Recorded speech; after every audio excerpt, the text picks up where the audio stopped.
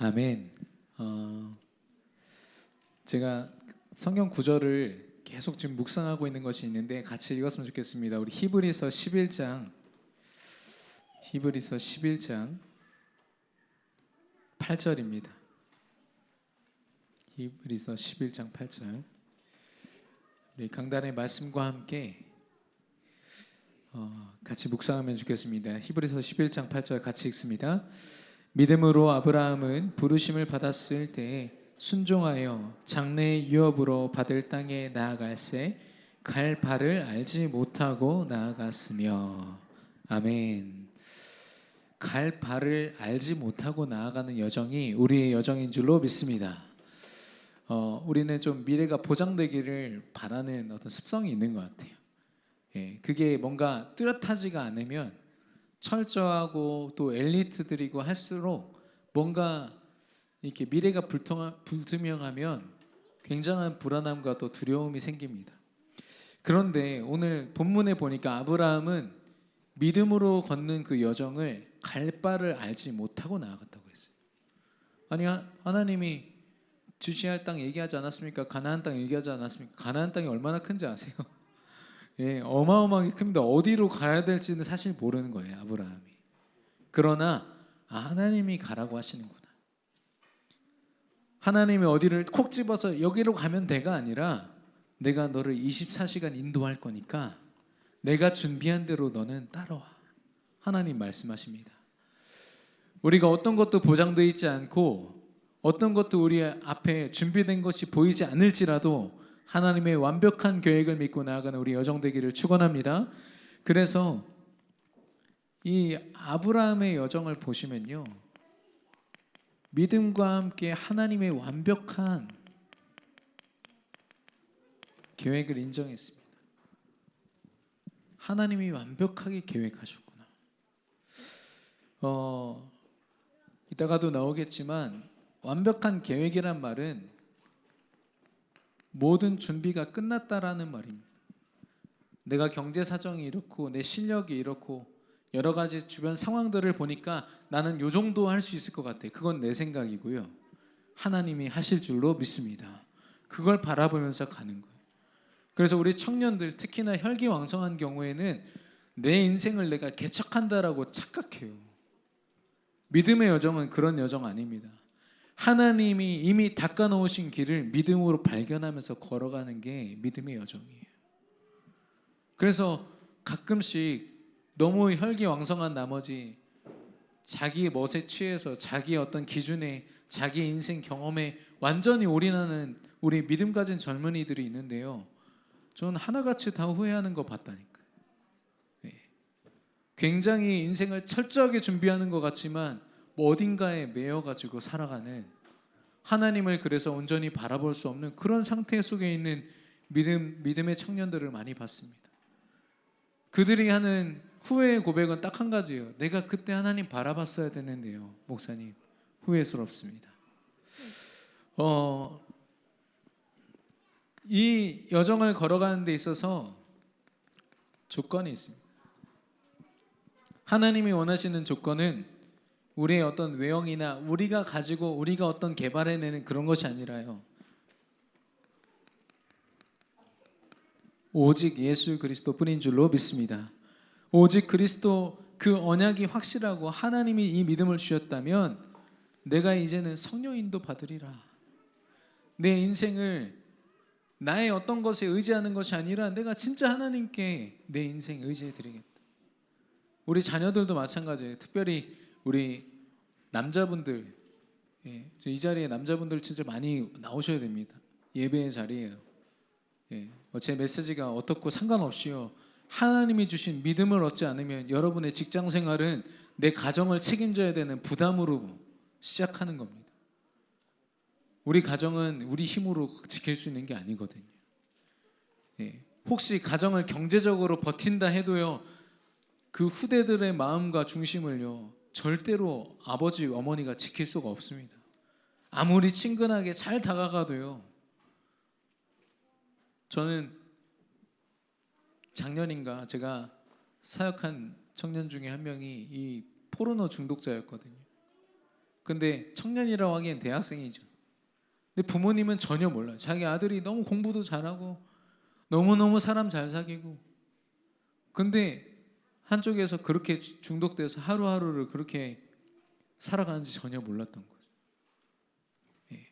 우리 남자 중직자분들 제가 만나면은 이렇게 위로의 말씀을 드립니다. 얼마나 가정을 책임지시기 힘드십니까? 그러면은 되게 좋아하세요. 그 말을 되게 위로받으세요.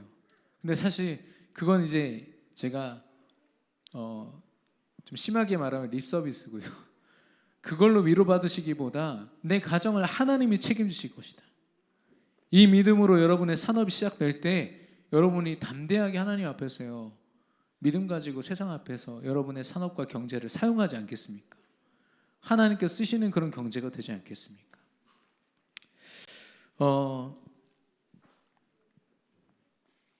그럼 우리에게는 이렇게 이 조건들을 어떻게 갖출 수 있습니까? 언제 갖출 수 있죠?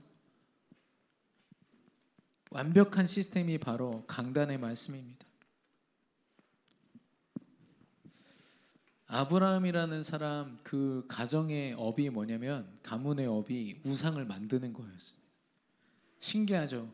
엄청 비옥한 땅이었어요. 거기 갈대아 우르라는 곳이 큰 강을 옆에 끼고 있기 때문에 굉장히 비옥하고 곡식도 잘 나고 풍족하고 없는 게 없는 곳인데, 그런 곳에 오히려 더 우상들이 생겨나는 거예요. 왜냐? 사람들이 물질에 매이고요, 상황에 매이거든요. 비 안 오면은 막 이제 끝난 것 같고, 예. 그 모든 것의 주관자이신 하나님을 바라보기보다 비 안 내리냐, 뭐 안 하냐. 그래가지고 고대 신들을 보면 다 자연입니다. 자연. 인간이 통제할 수 없는 그걸 다 신으로 만들어 놓고 그거 섬기는 거예요. 왜냐? 내가 복 받아야 되고 내가 먹고 살아야 되니까. 예. 근데 그 우상을 만드는 가문이었다니까요. 하나님 보실 때 얼마나 비참한 가문이겠습니까? 잘 먹고 잘 살지라도 자기들끼리는 친척들끼리 잘 지키고 살 수 있다고 쳐도 영적으로 볼 때는 완전히 영적인 거지와 같은 가문이죠. 근데 그런 아브라함이 하나님의 은혜를 입고요, 믿음을 가지고 이 여정을 걸어간 겁니다. 예. 말도 안 되는 일이 일어난 거예요. 사실 우상에 묻혀가지고 우상이 전부인 줄 알고 우상한테, 사단한테 바치면서 살아가는 모든 인생이 다인 줄 알고 살아가야 마땅한 이 아브라함이라는 한 사람에게 하나님이 전적인 은혜로요, 하나님을 깨닫고 그리스도 언약 붙잡고 나아가도록. 저와 여러분의 인생이 그렇습니다. 우리 그리스도 안 만났으면요, 우리 죽도록 살아야 돼요. 열심히 살아야 됩니다. 최선을 다해서. 근데 마음이 평안하겠습니까? 예. 이따가 나오겠지만, 그래서 오늘 이 제목이 두려워 말라거든요. 강단의 말씀에서 끝나야 됩니다. 하나님이 이 음성을 담임 목사님을 통해서 이 자리에서 선포하실 때 여러분 안에서요, 나는 저 말씀으로 시작한다, 저 언약으로 시작한다, 믿음으로 시작한다. 여러분의 일주일이 강단의 말씀으로 시작되기를 축원합니다. 강단의 말씀으로 인도받으시고요, 강단의 말씀으로 끝을 맺으셔야 돼요. 하나님이 이 말씀 그대로 내 한 주를 응답하셨어. 이게 우리의 고백의 전부입니다.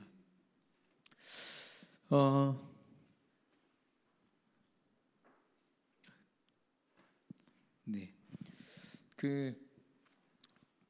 여러분 비행기 탈 때 이륙하고 착륙할 때 창문을 못 닫게 합니다.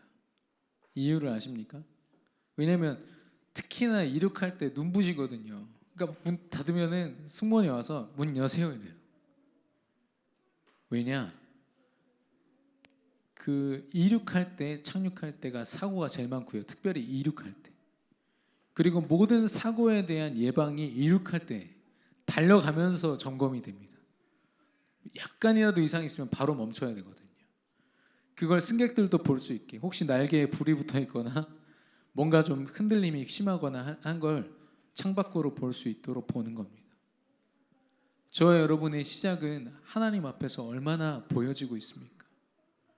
혹시 하나님의 믿음과 상관없이 숨어서요, 내 유익과 내 잘못된 다른 어떤 목적과 목표를 향해서 우리가 방향 잡고 있지 않습니까? 영적으로 볼 때는 고장난 상태거든요. 말씀으로 하지 않는 모든 것이요 사실 불안전한 겁니다. 전혀 안전하지 않은데 우리가 그렇게 시작을 하는 거죠. 그러나 강단의 말씀은 그렇지 않습니다. 하나님은 이 말씀 안에 하나님의 완벽한 계획을 두시고 모든 준비를 마치셨어요. 이 여정을 걸어가시기를 그리스도 이름으로 축원합니다. 그래서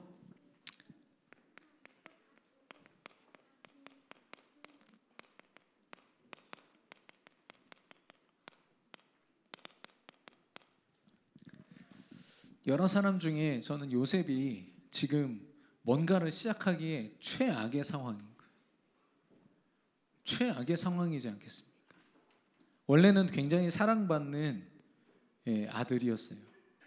그런데 형들한테 이제 원래는 형들이 죽이려고 하다가 죽이는 건 좀 그렇다 해서 이제 팔아 넘겼죠. 그것만 해도 지금 얼마나 비참합니까? 그런데 노예로 팔려가서 자기가 연고도 없는 곳에서 새로운 어떤 시작을 하게 된 거죠. 노예 신분으로. 여러분 같으면 어떻겠습니까? 예. 한 1년 정도 있다가 아버지랑 형들이 멋지게 나타나서 구출했다. 그러면 글쎄요. 1년 정도는 좀 버텨볼 수 있지 않을까. 근데 10년, 20년. 예.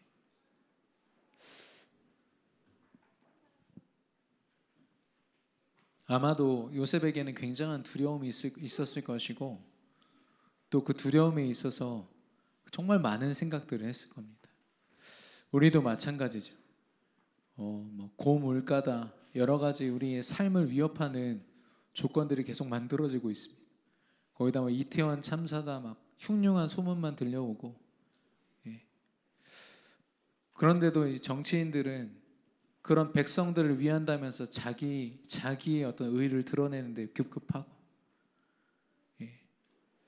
저는 유광수 목사님과 우리 담임 목사님을 통해서 선포된 정신병 시대라는 말이 정말 와닿거든요. 정말 죄송한 말씀입니다만 우리 성도님들 중에도 삶 속에서 이 약물에 어느 정도 삶을 의지하는 분들이 계실 겁니다. 예. 믿음 가진 우리도 그런데 저 현장은 어떻겠습니까? 과학도 발전하고 기술도 발전하고 대단하다, 편안해졌다. 누가 그렇게 얘기합니까? 눈에 보일 때 어떤 기술이 발전했을 뿐이지 인간의 마음은요 더 황폐해졌어요. 그런 속에서 우리가 세상이 주는 대로 사단이 주는 대로 두려움에 사로잡힌다. 우리 인생은요 틀어질 수밖에 없어요. 우리 인생은 매 시작이요 그 두려움과 불안함에 사로잡혀 살 수밖에 없습니다. 그래서 가장 먼저 나의 두려움을 살펴야 됩니다. 나의 두려움은 결국엔 생각이거든요. 아무리 문제가 닥쳐도 내 생각이 하나님의 그 생각과 마음을 지키시고 믿음 안에 있다면 오히려 그 속에서 축복을 발견해냅니다. 그게 믿음의 여정이거든요. 문제가 없는 여정이 아니라 문제가 와도 상관없는 여정이 믿음의 여정입니다. 그런데 사단은 끊임없이 우리 생각을 통해서 과거에 우리가 경험한 어떤 상처, 우리의 경험들, 사람에 대한 경험, 사건에 대한 경험, 이게 굉장히 무섭더라고요. 그래서 하나님이 완벽한 계획을 가지고 우리에게 펼치실 그 응답을 보기보다는 내가 경험했던 그 두려움과 불안함에 사로잡혀서 그거를 준비하느라고, 그거에 대처하느라고 급급해서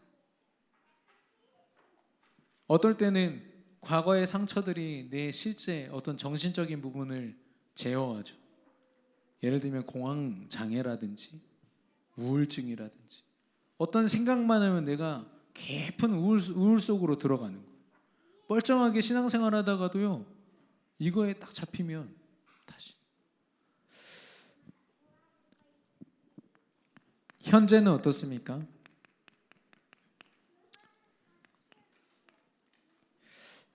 한자로 쓰려다가 무인데요. 굉장한 허무함을 우리에게 줍니다. 내가 아무것도 갖지 못했고 지금 내가 뭐 하고 있는 거지? 이런 생각들을 순식간에 우리 안에 심는 거 있죠.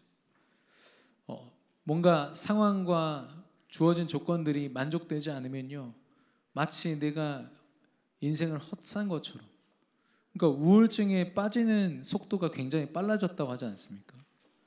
그러니까 사람들은 그걸 잊어보려고 술도 먹고 나름대로 어떤 중독된 뭔가의 매체와 어떤 것에 자기 삶을 드리는데 그걸로는 절대로 이 현재를 이겨낼 수가 없죠. 그리고 내가 지금 무엇을 선택해야지 앞으로 나의 여정이 올바른 여정을 갈까에 사람들이 매여서요, 이 선택을 하는 데 있어서도 굉장한 불안함을 가지고 있고 두려움을 가지고 있습니다. 그래서 어떻게 해야 돼요? 하나님께 기도하면서 하나님의 믿음 안에 있으면 어떤 선택을 하든 하나님이 인도하실 텐데, 마치 이 선택으로 내 인생이 끝나는 것처럼요, 여기에 완전히 매이도록 만드는 겁니다. 저는 우리 대학생 랩런트들도 마찬가지입니다. 이제 수험생 시험을 보는데 자기가 어떤 대학을 가느냐, 거기에 마치 내 인생 전부가 있는 것처럼, 물론 공부할 때는 그런 가치를 가지고 공부하면 너무 좋겠습니다만은 그게 매여가지고요, 마치 내가 원하는 어떤 목표에 도달하지 않으면 내 인생이 실패하고 끝난 것처럼, 하나님이 내게 그 대학을 최고의 선교지로 허락하셨다라는 믿음이 전혀 없어요. 빨리 이 이상한 학교를 떠나야겠다, 이 생각밖에 없는 거죠. 그러면 그 랩런트가 어떻게 되느냐, 전혀 응답도 없이 대학을 옮기는 걸 목적으로 대학을 다니게 돼요. 중요한 응답을 놓치는 거. 저는 그렇습니다. 좀 자기가 노력해서 다른 대학을 가겠다, 적어도 그 대학에 있는 동안에는 하나님 이 현장을 허락해 주셔서 감사합니다, 이런 고백이 나와줘야 되는데 모든 그 랩런트의 생각들이요, 거기에 완전 매여가지고, 그럼 그 대학에 가면, 목표로 하는 대학에 가면 원하는 목적을 달성할 수 있을까요? 행복할 수 있을까요? 정말 죄송하지만 한 번도 그런 걸 본 적이 없어요. 우리의 목적을 위해서 사는 사람들이 아니라니까요. 하나님의 계획을 쫓아 사는 사람들. 그런데 마치 내 선택에, 내게 주어진 그런 상황에 인생을 거는 거죠. 얼마나 두렵고 불안하겠습니까? 안 그래도 연약하고 부족한 나를 늘 느끼고 있는데 거기에 나의 어떤 인생을 건다는 게,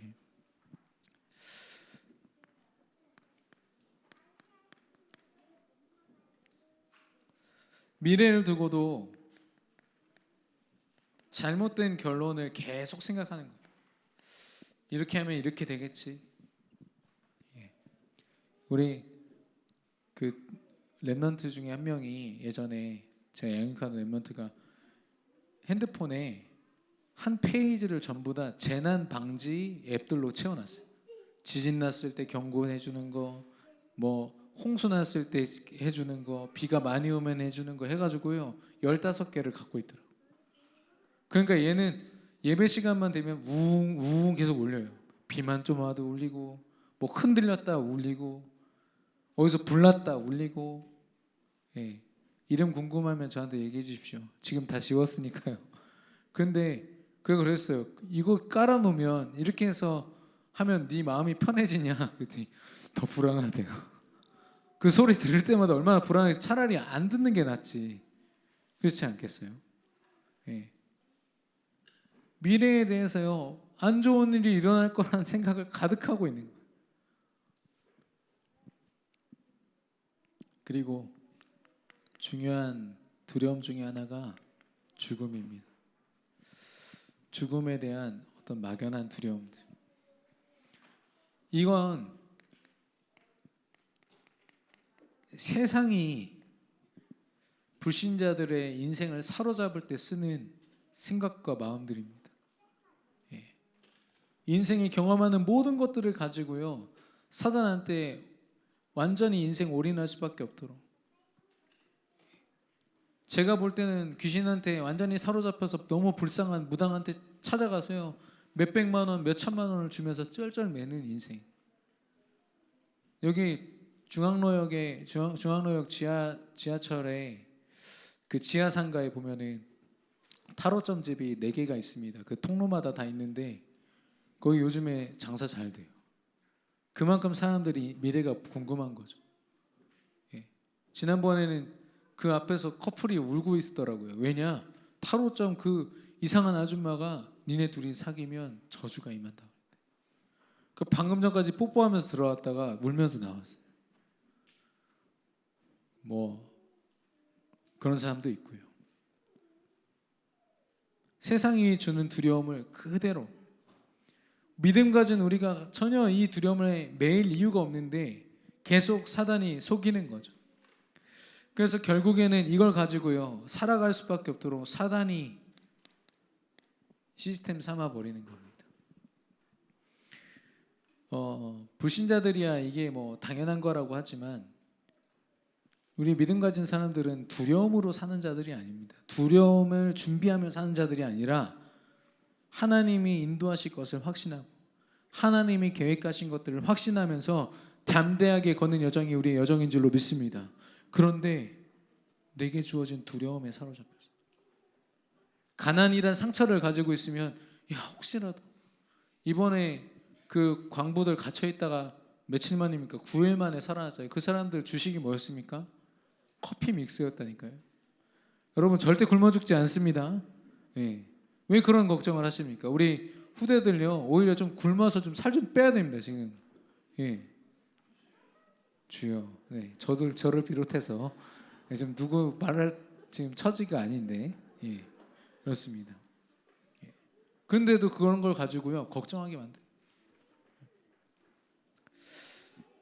사람들은 더욱더 우상과 세상이 말하는 미신, 여론 이런 것들을 쫓아서요 자기 두려움 해소해 보려고 여기저기 돌아다닙니다.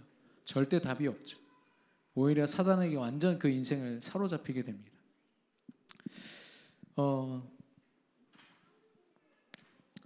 요즘 시대를요 어떤 사람이 인류학자가 그렇습니다. 인권이 가장 보장되는 시대라고.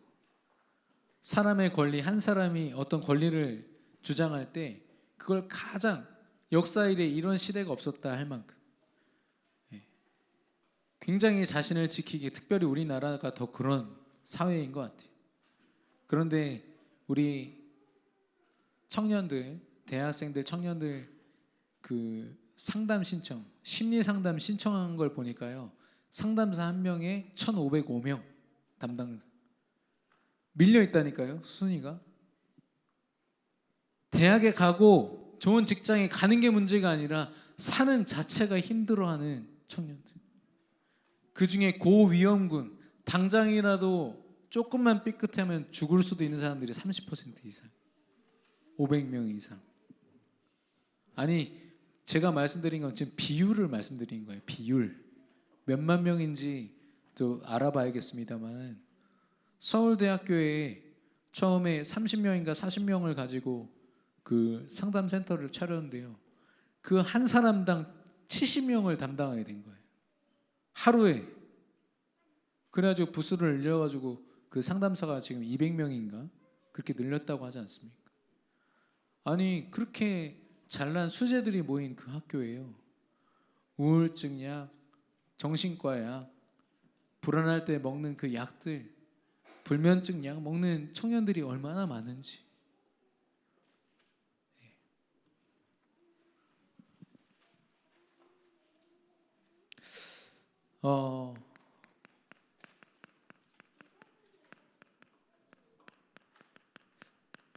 오늘 요셉이 처한 상황도 어쩌면 마찬가지입니다.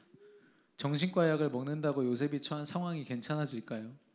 전혀 그렇지 않겠죠. 그러나 요셉은 그 시간들을 하나님 앞에서 축복의 시간으로 보냈습니다. 김영호 선교사님이 오신 지 지금 한 8개월, 7개월 됐나요? 예. 근데 선교사님이 저를 너무 잘 아세요. 그래서 제가 여기서 지금 폭로하는 겁니다. 잘 들어주시고 저를 위해서 기도해 주시기 바라는데요. 선교사님이 저한테 가을음악회 할 때 오셔서 대부분 행사는 그렇게 진행됩니다. 요 옆에 다른 교회 보니까 막 음악회도 하고 이러던데 우리 교회 이런 거 안 하나? 이렇게 제 자존심을 딱 건드시는. 근데 약간 그게 할 수 있어, 너 해볼 수 있겠어? 약간 저는 그렇게 듣는 거죠. 예. 할 수 있는데요. 제가 이렇게 전혀 준비 안 돼 있는데 할 수 있어요. 예.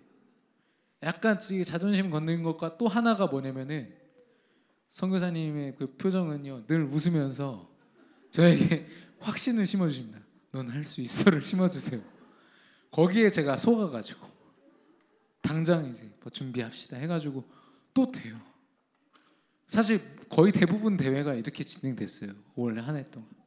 저는 그렇게 철저하게 준비해서 하는 스타일은 아닙니다. 제가 갱신해야 될 부분이지만 제가 선교사님 보면서 어떤 사람들은 그걸 불평으로만 얘기해요. 저한테 왜 하지 않냐. 근데요 굉장히 힘을 주면서 얘기하세요. 그러고서 싹 빠지세요. 그럼 저만 계속 일을 하는 거죠. 예. 어떨 때는 이게 약간 원망도 되면서도 결과적으로는 늘 감사하고. 예. 그래서 앞으로는 좀 자존심이나 이런 거 아니고 제가 좀 잘 준비해서 하려고 합니다만 어쨌든 우리가 뭔가를 시작할 때요 그런 확신을 가지고 기쁨으로 시작해야 되지 않겠습니까? 우리 인생도 마찬가지인데 두려움을 이기지 않으면 그 두려움에 사로잡혀서 시작하게 되고요. 모든 과정이 두려움 때문에 하게 된다고요. 시험 기간에도요. 어떤 랩런트들은 믿음 가진 우리 후대들은 세계 복음화를 꿈꾸면서 아주 극소수입니다만은 세계 복음화를 꿈꾸면서 공부를 한 글자 한 글자 하는 사람들이 있는가 하면 시험을 못 보면 어떻게 하자라는 그 두려움에 사로잡혔어. 엄마한테 혼나면 어떻게 하자는 두려움에 사로잡혀서. 혹은 엄마가 이거 시험 잘 보면은 뭐 준대요라는 이상한 목적에 사로잡혀서 공부한다니까요. 그 시작이 올바른 시작이겠습니까? 그 과정은 과연 어떨까요?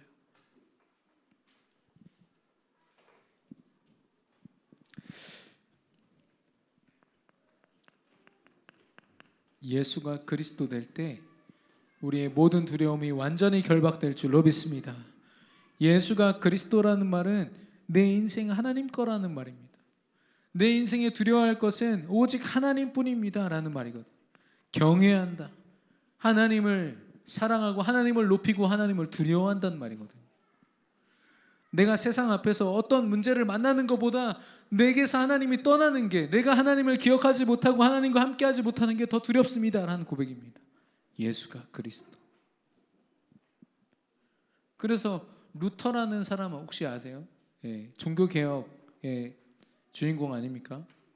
그 사람이 잘못된 믿음을 가지고 있을 때요, 자기가 뭐 음란한 생각을 하거나 잘못된 생각을 했다 그러면 채찍질로 자기 몸을 그렇게 상하게 했어요. 등이 성하지 않을 정도로 막 채찍질을 하고 무릎으로 계단을 기어 올라가서요, 내가 이 죄를 짓고 하나님과 뭔가 떠나 있으면 나는 이렇게 무서운 형벌을 받는다라는 생각으로 계속. 근데 그건 하나님을 경외하는 방법이 아닌 거죠. 예. 루터는 누구보다도 그 믿음을 갖고 싶었어요. 하나님을 경외하고 싶었는데 그게 아니라 예수님을 믿음으로 고백하는 사람이 바로 하나님을 두려워하는 자구나. 그걸 알았던 거예요. 그래서 예수가 그리스도됨을 고백할 때, 나의 주인이요 내가 가진 유일한 소망임을 고백할 때 하나님께서 임마누엘로 함께 하십니다. 요셉의 승리 비결이었습니다. 노예로 팔려가서 애굽 우상 땅 한복판에 있지만 나의 주인은 하나님이시요 그리스도시요 하나님은 지금 나와 함께 하신다. 이걸 누가 봤냐면 불신자 보디발이 봤어요. 그 주인이. 아니 요셉이 뭐 특별한 일을 막 기적을 일으켰거나 그런 것도 아니라니까요. 노예가 기껏 해봐야 청소 일하고 집안 돌보는 거 하지 않았겠습니까? 그 어쩌면 사소한 일에 요셉은 믿음을 담은 겁니다. 언약을 담아서 일했을 때 불신자들이 인정하는 거예요. 제가 가진 믿음이 진짜구나. 그러니까 저 믿음을 가진 요셉에게 내 가정을 맡겨야겠다. 그게 보디발의 고백이었고요. 이 믿음을 가진 요셉에게 내 나라를 맡겨야겠다가 바로왕의 고백이었습니다. 저와 여러분이 누리는 임마누엘, 내가 불안할 때 찾는 임마누엘 말고 우리를 승리케 하는 임마누엘, 불신자들이 인정할 수밖에 없는 능력의 임마누엘이 우리 안에 누려지기를 그리스도 이름으로 축원합니다.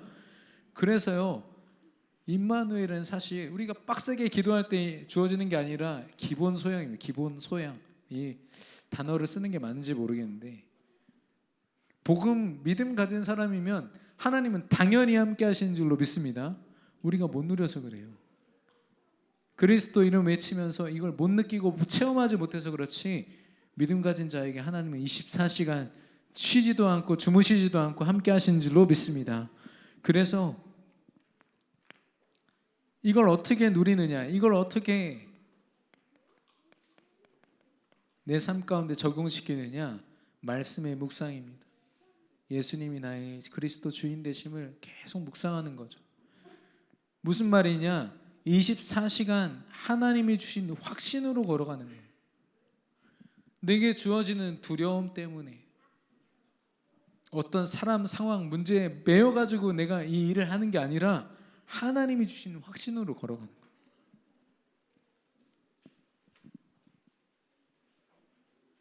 그래서 그런 찬양이 있잖아요.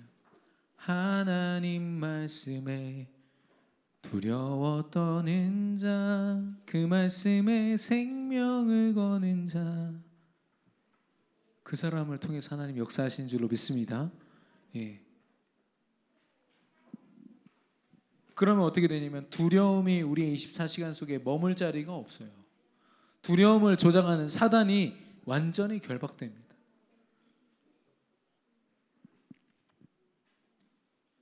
다니엘과 세 친구는 주어지는 상황이 죽음과 직결되는 상황이었습니다. 왜냐, 우상을 섬기지 않으면 당장 처형당하는 상황이었거든요. 얼마나 두렵겠습니까, 사실 인간적으로. 그러나 그들은 주어진 상황과 내 감정, 올라오는 나의 어떤 생각보다 하나님이 주신 말씀과 그 확신, 믿음으로 걸어갔던 겁니다. 고백하고. 말씀을 묵상할 때 일어나는 일들이 있습니다. 뭐냐면 하나님의 절대 계획이 믿어집니다. 신기하죠. 뭐 어떤 일이 일어날 거라는 생각이 아니라, 야, 하나님이 책임지시겠다, 이런 생각이 듭니다. 왜냐, 하나님이 다 모든 준비를 다 마치셨으니까. 두 번째로 나의 여정이 절대 여정임을 깨닫게 됩니다. 아, 내가 오늘 내 힘으로 내 노력으로 사는 게 아니라 하나님이 나를 인도하시는 여정이겠구나. 이 자리가 아니면요, 묵상의 자리, 말씀을 듣고 말씀을 내 안에 새기는 자리가 아니면 이 확신을 가질 수가 없습니다. 하나님이 정확한 인도로 나를 인도하시겠구나. 세 번째가 절대 성취입니다. 절대 목표입니다.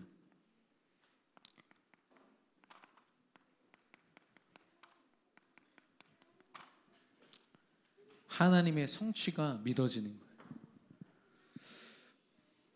우리 특별히 산업인들, 또 중직자분들, 현장에서 경제활동을 하시는 분들은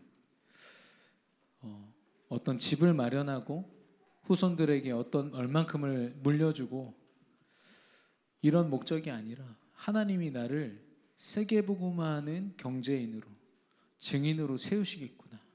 이 확신으로 여러분의 산업이 인도받기를 축원합니다.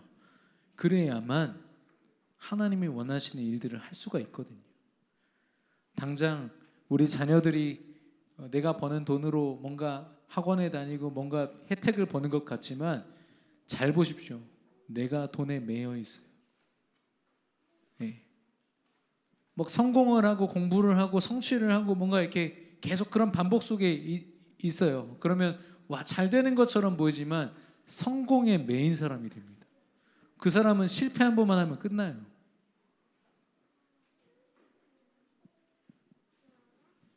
그러나 하나님 말씀 속에 있는 사람, 절대로 누구도 흔들 수가 없어요. 어떤 상황, 문제도 그의 인생을 흔들 수 없게 됩니다. 예전에 어떤 태국의 성전환한 미녀인데, 미녀라고 표현하기 좀 그런데요. 예. 남자였는데 여자로. 이 사람이 미인 대회에 나가려고 했더니 그 주최 측에서 너 원래 남자여서 안 돼라고 한 거예요. 열받아서 이 사람이 283억인가를 주고 그 대회를 주관하는 그룹을 사버렸어요. 그러면 여자가 됩니까? 근본적인 문제는 자기 정체성을 잃어버린 거예요. 내가 누군지를 잃어버렸기 때문에 온 문제를요, 돈으로 해결해 보려고 여러 가지 것으로 해결해 보려고 하지만 절대 해결할 수 없어요. 특별히 이 두려움. 얼마 전에도 동성애 커플이 키스하면서 사진 올려놓고 떨어져 죽지 않았습니까? 외국에서 있었던 얘기입니다. 그걸 마치 인권 운동가들은 되게 안타깝게 보고 시대가 알아야 되고 정치인들이 알아야 된다. 일도 모르는 거죠. 영적으로 그들이 얼마나 피폐해져 있는지를 우리 전도자들이 봐야 됩니다. 그들을 정확하게 진단해 줘야 됩니다. 누가 동성애하는 너희를 인정해주지 않아서 안 행복한 게 아니라 네가 하나님 못 만나서 안 행복한 거야를 알려줘야죠. 사람들이 계속 잘못된 판단을 하고 있어요. 돈이 없어서 안 행복한 게 아니라 하나님 떠나서 그렇습니다. 내 일이 잘 안 풀려서가 아니라 하나님이 내 인생의 전적인 주인이 되지 않았기 때문에 불행한 거거든요.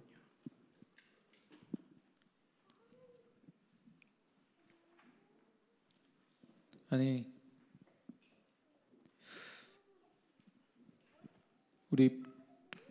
우리나라 청년들 156명이 죽었다고 난리지만 지금 우크라이나, 러시아에서는 하루에 1,500명씩 죽고 있습니다.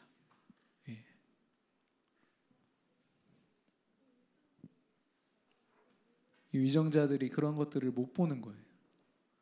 지금 이 시대가 어떤 시대인지 어떤 흐름인지를 보지 못하니까 이걸 가지고 정치적인 싸움만 하지 진짜 그들을 점검해주고 도울 생각을 못하는 거죠. 적어도 우리 전도자들이라도요, 이 두려움을 이길 뿐 아니라 두려움에서 빨리 벗어나서 두려움에 잡힌 자들을 우리가 붙잡고 살려줘야 됩니다.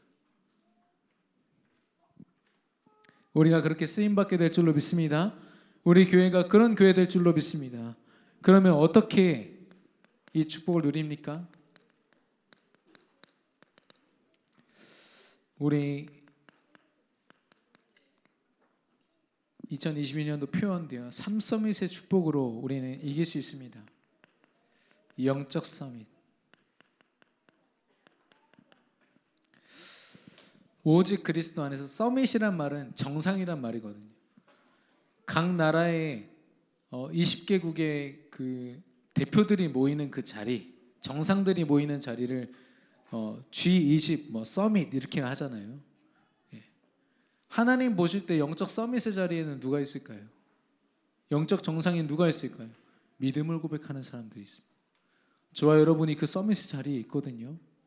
그 축복을 우리가 누려야겠는데요. 영적 서밋은 다른 말로 하면은 오직 하나님만 경외하는 자들이에요. 오직 하나님만을 두려워하는 자들. 하나님만 경외하는 시스템을 우리 삶 속에 깔아야 됩니다. 여러분이 새벽 기도회로 시작하든 기도로 시작하든 영적인 시스템으로 여러분의 삶이 시작되어야 됩니다. 아브라함처럼 내 여정, 내가 갈 바를 알지 못하지만 다 하나님이 책임지실 줄 믿습니다. 이걸로 시작해야 여러분의 삶이요, 온전히 인도 속에 있지 않겠습니까?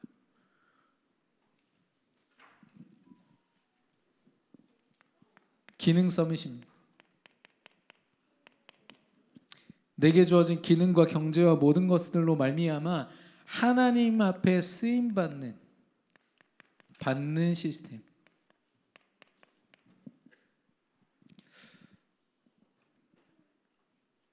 조금 예민한 이야기이기도 하지만 안 할 수 없는 얘기이기 때문에 11조에 승리하지 못하면 경제적으로는 이 두려움에서 절대로 벗어날 수가 없습니다.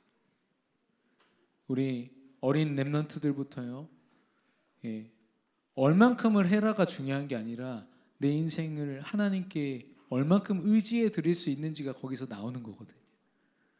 이걸 잘못 들으면 제가 마치 헌금을 조장한 사람처럼 들릴까 봐 제가 그렇습니다마는 그렇지 않아요. 믿음 가진 사람들,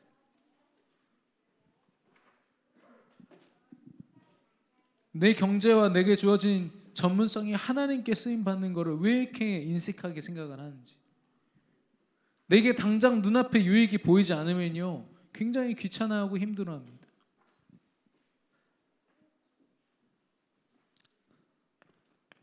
문화 서밋입니다.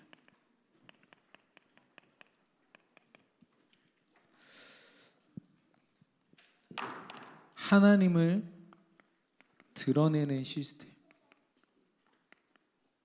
나를 드러내는 것이 아니라 내 인생의 결론이 그리스도이기 때문에 내가 어떤 일을 하든 내 경제가 어떻든 내 상황이 어떻든 그리스도가 드높여지도록 모든 삶의 시스템을 그렇게 고백하는 겁니다. 교회도 마찬가지죠. 지금 이렇게 교회 안에 조직들이 지금 이렇게 재정비되고 있고 새롭게 이렇게 조직의 조직들을 이렇게 구성하는 그런 규칙들도 새롭게 마련되고 있습니다. 그런데 어떤 아무리 잘 짜여진 그런 어떤 조직일지라도요, 이 중심 가진 중직자 렘넌트들 아니면 교회는 무너질 수밖에 없어요. 미국에 있는 크리스탈 처치 여러분 아시죠? 모든 기독교인들이 다 자랑으로 삼을 만큼 정말 대단한 크리스탈로 지어진 큰 교회였어요. 크리스마스 때마다 낙타랑 실제 코끼리가 칸타타를 도왔다니까요. 얼마나 소름 끼칩니까? 이렇게 찬양하고 있는데 코끼리가 와서 지나가요. 실제로 몇 천만 원씩 주고 섭외를 하는 겁니다. 그런 어마어마한 교회가요, 가장 앞에서 영적인 일을 감당하고 있던 지휘자가 자살하면서 완전히 무너져버려요. 왜냐, 그 교회가 믿음으로 이 두려움을 이기면서 오직 그리스도의 믿음으로 간 것이 아니라 그 경제적인 어떤 조직을 믿었거든요. 사람을 믿었고, 그러니까 갈등이 생기고 부서질 수밖에 없는 겁니다.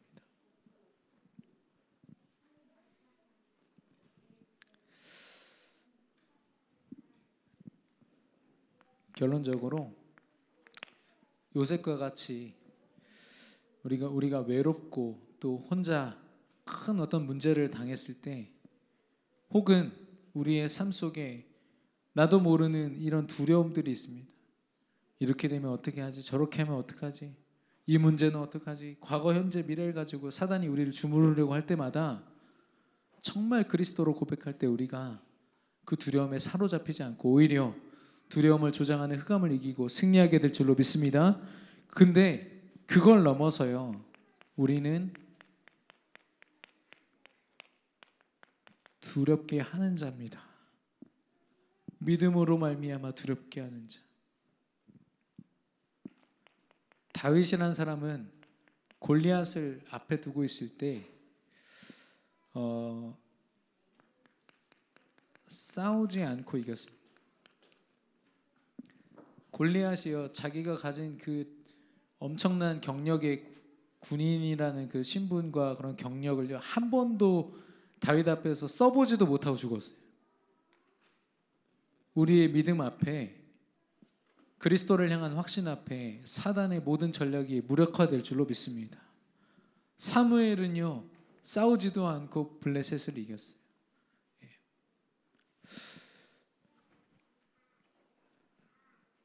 결국에는 정복하고 다스리는 응답을 누렸거든요. 엘리사라는 한 사람은 믿음 하나 때문에 왕들이 그에게 아버지라고 부를 만큼, 그가 뛰어난 어떤 실력이 있어서가 아니라 믿음 하나 때문에, 그와 함께 하신 하나님을 보면서 왕들이여 그를 아버지로 섬겼어요. 그게 믿음의 힘입니다. 우리 안에 계신 하나님을요, 두려워하게 될 줄로 믿습니다. 사단이 두려워하고 세상이 두려워서 우리 가진 믿음 앞에 그들이 무릎 꿇게 될 줄로 믿습니다.